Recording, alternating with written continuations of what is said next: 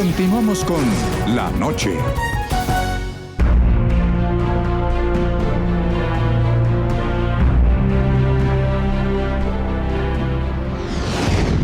Cinco días han pasado de la tragedia y Mocoa sigue atrapada en el dolor y la zozobra.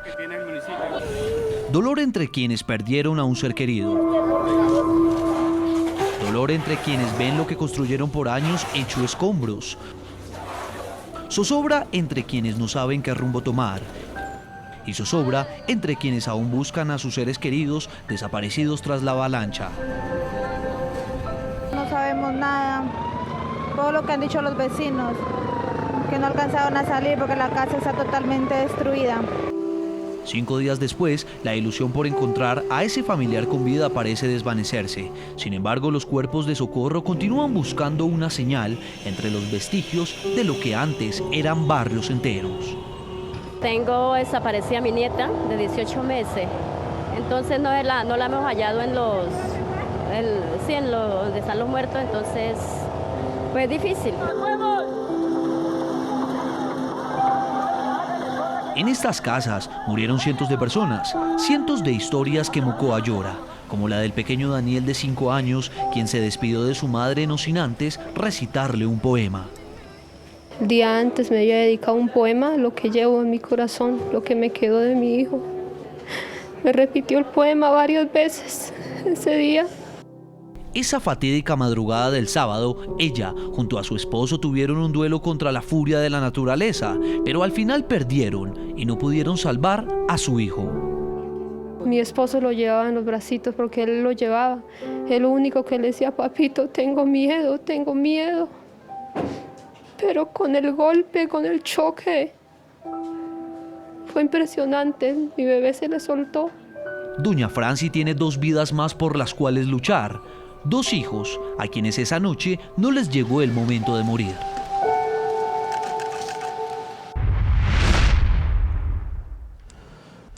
Continuamos en este programa de la noche. Hasta ahora integro en Mocoa, Putumayo, a Omar Parra Clavijo. Él es sacerdote y director de Pastoral Social de la Diócesis de Mocoa y director de uno de los albergues donde han llegado gran cantidad de víctimas durante los últimos 5 días. También está Álvaro Rodríguez.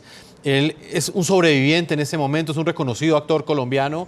Estaba grabando un cortometraje a pocos metros del lugar donde se dio esta avalancha y por esa razón también hemos querido invitarlo. Ya está en la ciudad de Bogotá. Voy a comenzar con usted rápidamente, padre Omar Parra. Usted que está al frente de uno de los principales albergues donde están llegando los damnificados, que ya superan la cifra de los 2.700.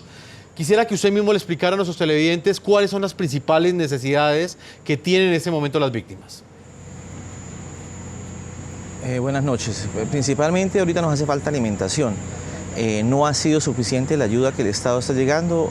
Hoy tuvimos el desplazamiento del Instituto Tecnológico de Putumayo, este albergue, a los centros de concentración que el Estado está fortaleciendo, y hoy mucha gente se quedó sin desayuno y sin almuerzo porque lamentablemente la gobernación no llegó con los compromisos adquiridos y mucha gente está con hambre.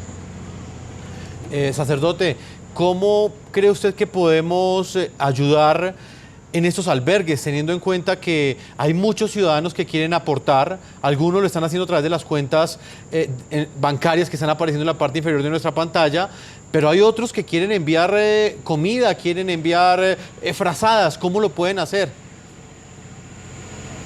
Bueno, lo pueden hacer a través de la Conferencia Episcopal de la Organización Cáritas Internacional, el Secretariado Nacional de Pastoral Social, que está recepcionando también las ayudas, y aquí en la diócesis de Mocoa Sibundoy tenemos un centro de acopio, pero por donde vean más factible, todos necesitamos ayuda, estamos urgidos, estamos muy necesitados, porque cada vez aparecen más víctimas, más gente que está buscando todavía a sus seres queridos en las riberas de los ríos y no ha recibido ningún tipo de ayuda.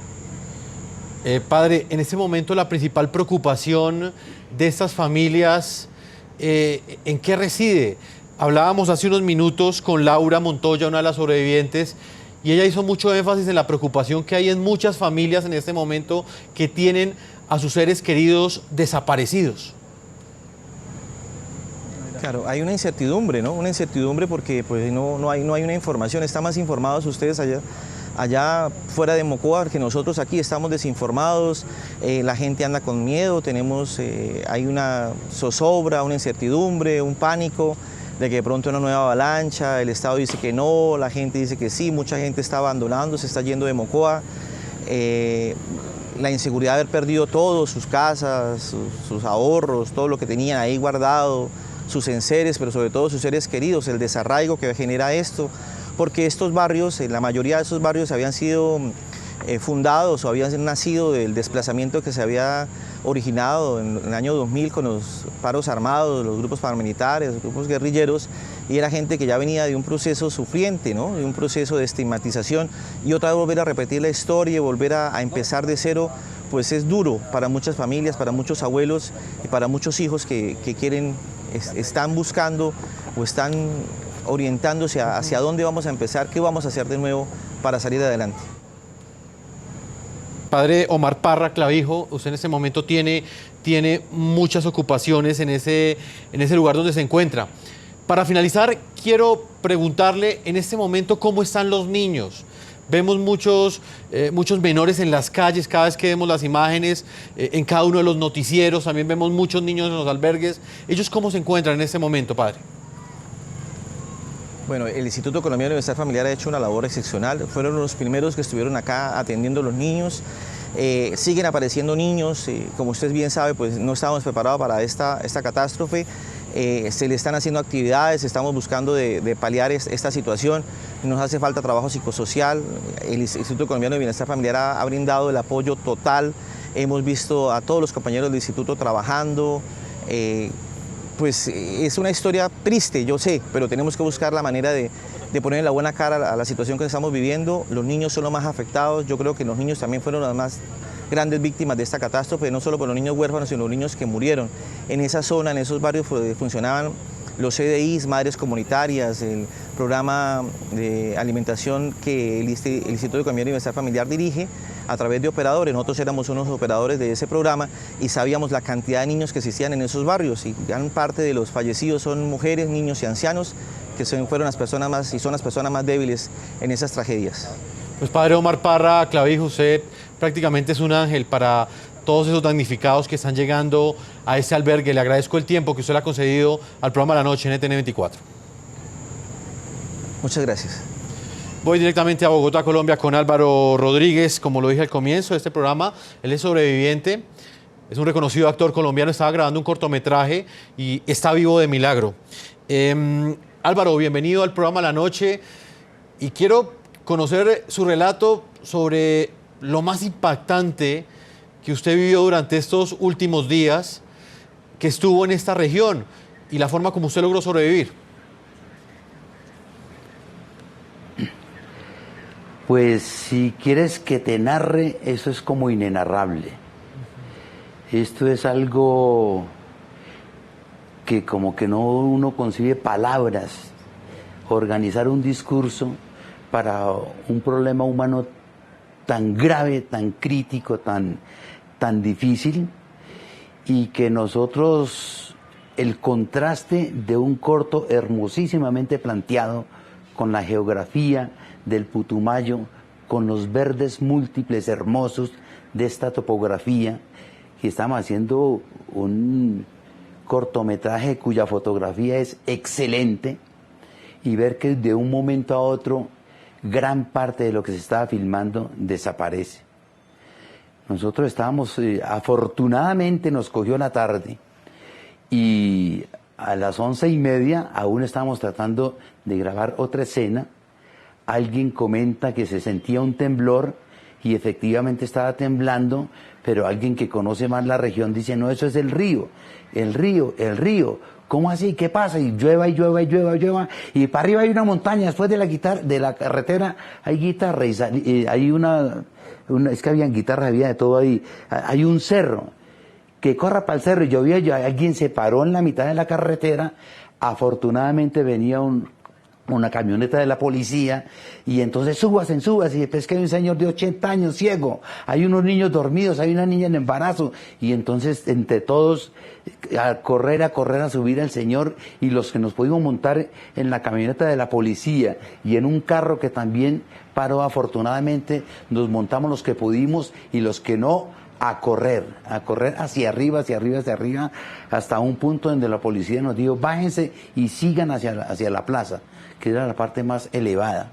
En ese momento uno como que no sabe qué es lo que pasa, porque estábamos a unos metros del río Mocoa, que fue uno de los causantes de la tragedia.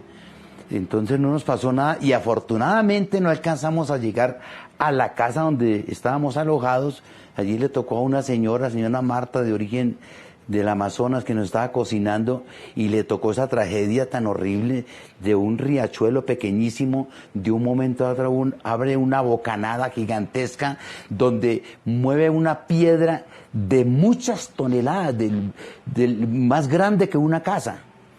Esta señora casi se muere y afortunadamente no pudimos llegar. La policía nos alojó en los corredores de sus oficinas, y eso llegaba gente, uno todavía con mucho interrogante, pero ahí es donde viene la otra película de una cantidad de situaciones muy difíciles.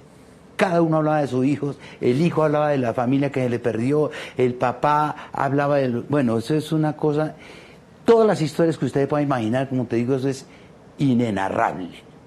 Lo único que yo sé es que ya se había estado hablando de que era una tragedia anunciada, que en la parte de arriba se estaba represando el agua, ¿sí? Y que para un momento donde en 2 horas cayó el agua de 10 días en pleno invierno, en 2 horas cayó el agua de 10 días, entonces pues se represó, porque eso lo han talado, lo han bombardeado, porque eso está lleno de oro, porque está lleno de riqueza, porque hay petróleo. Y entonces lo que más me asombra, porque yo creo que ustedes ya están muy alimentados de múltiples imágenes, además de las que faltan por conocer. Y yo creo que tenemos que como humanizarnos un poco. Por favor, respetar la naturaleza. El río siempre busca su cauce. Eso fue lo que pasó con el río Mocoa. Y eso fue lo que pasó con los ríos. Buscando el cauce que le han quitado. Buscando que acomodar la naturaleza como nació. La naturaleza es perfecta. Son hechos Entonces me parece terrible. Yo creo que tenemos que tener... Son hechos que están generando unas reflexiones muy profundas en este momento, porque, como usted lo dice, Álvaro, muchos pobladores de esta zona aseguran que esto es una crónica de una tragedia anunciada. Vamos a hacer una pausa comercial, ya regresamos después de estos mensajes, obviamente con Álvaro Rodríguez, quien estaba ese día precisamente muy cerca de uno de los ríos que se desbordó y que generó esta avalancha que en este momento deja más de 300 muertos y cerca de 2.700 damnificados y un número indeterminado de desaparecidos. Una pausa y ya regresamos a la parte final de este programa de la noche. Ya regresamos con La Noche.